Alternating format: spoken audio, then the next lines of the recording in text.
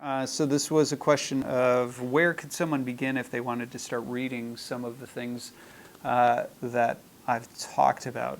Let me just try to name off the top of my head certain works that I think would be excellent places to start if you can get your hands on them. And since you have the internet, a lot of these are available online, so hopefully you could find these.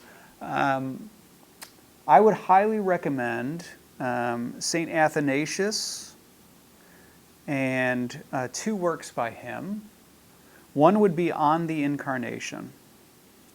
So this is one of his most famous works that was the first one that I read. I read Against the Heathen and then On the Incarnation. Those were the first two that I was reading from Athanasius. But On the Incarnation is an excellent work that gives you a sense of the gospel according to the Eastern Fathers, and touches on so many of the things that we've talked about. The other work that I would highly recommend by Athanasius is the Life of St. Antony. And so the Life of St. Antony is an excellent picture of this father of desert monasticism. And it's an excellent insight into the life of one striving to live out this remaking of humanity. So the Life of St. Anthony, the biography of St. Anthony, is also written by Athanasius. I'd also highly recommend writings by the Cappadocians. The Cappadocians consist of Basil of Caesarea, Gregory of Nyssa, Gregory of Nazianzus. So let's start with Basil. Basil of Caesarea, or Basil the Great.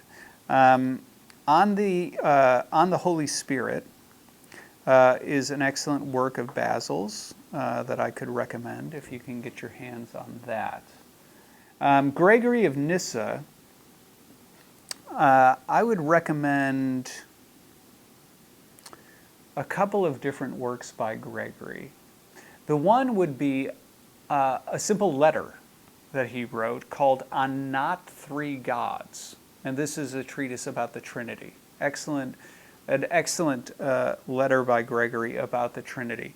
And the reason it's called On Not Three Gods is it's in response to a letter written to him by Ablavius, who's asking if we believe in three gods. And this is Gregory's answer to that. So I'd highly recommend that letter.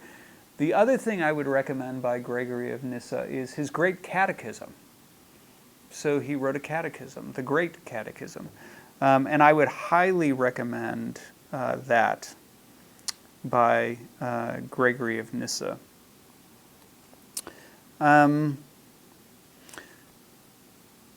One of the works that is my favorite work of all time, if I could recommend only one patristic text, only one text by the Church Fathers, this is the one I would recommend. This is from John of Damascus, so 8th century.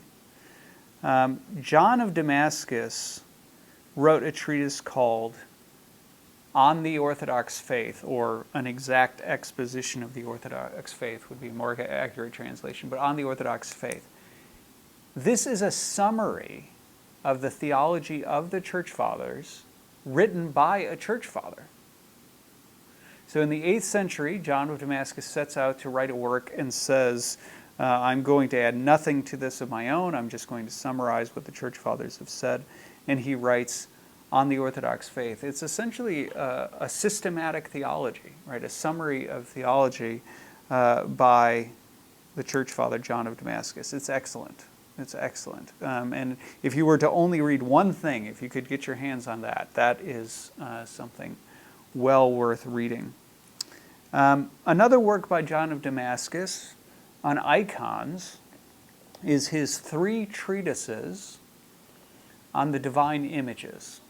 So if you're interested in the icon controversy, or what he has to say about icons, that is an excellent work. And one of the things that's very helpful about that work, again, if you can get your hands on it, is that at the end of each treatise, after he goes through and defends icons, John of Damascus also includes quotes from other Church Fathers about icons, so that people know that what he's saying is not his invention.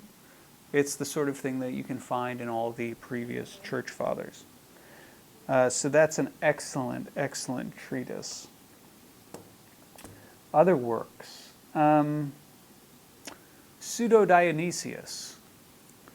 I would recommend reading Pseudo-Dionysius, specifically his work on the angelic hierarchy. So if you're familiar, if you're interested in these hierarchies of angels, right, the celestial hierarchy, Pseudo-Dionysius talks about that. And that would be something worth reading. I would also, and maybe this will be the last one I recommend because I don't want to give you too much to dig for, but I would also highly recommend Irenaeus and Irenaeus' treatise against heresies. Now, I will warn you, the treatise begins by talking about the Gnostics, and he spends a lot of time summarizing what the Gnostics have to say about different topics, and it's all very cryptic, and it's all very strange, and it's all very weird. You might skip over that part and just get to where he actually talks about Christian theology. If you can get past all of the strange, all the summary of the strange Gnostic theology, there's really wonderful, wonderful things that you might read in St. Irenaeus. I guess I would be remiss if I didn't recommend one more. St. Ignatius of Antioch. So St. Ignatius, I think it's his letter to the Symnaians, where he talks about the bishop, he talks about the importance of the Eucharist. St. Ignatius is definitely somebody who would be worth reading. I think that's probably enough to get you going.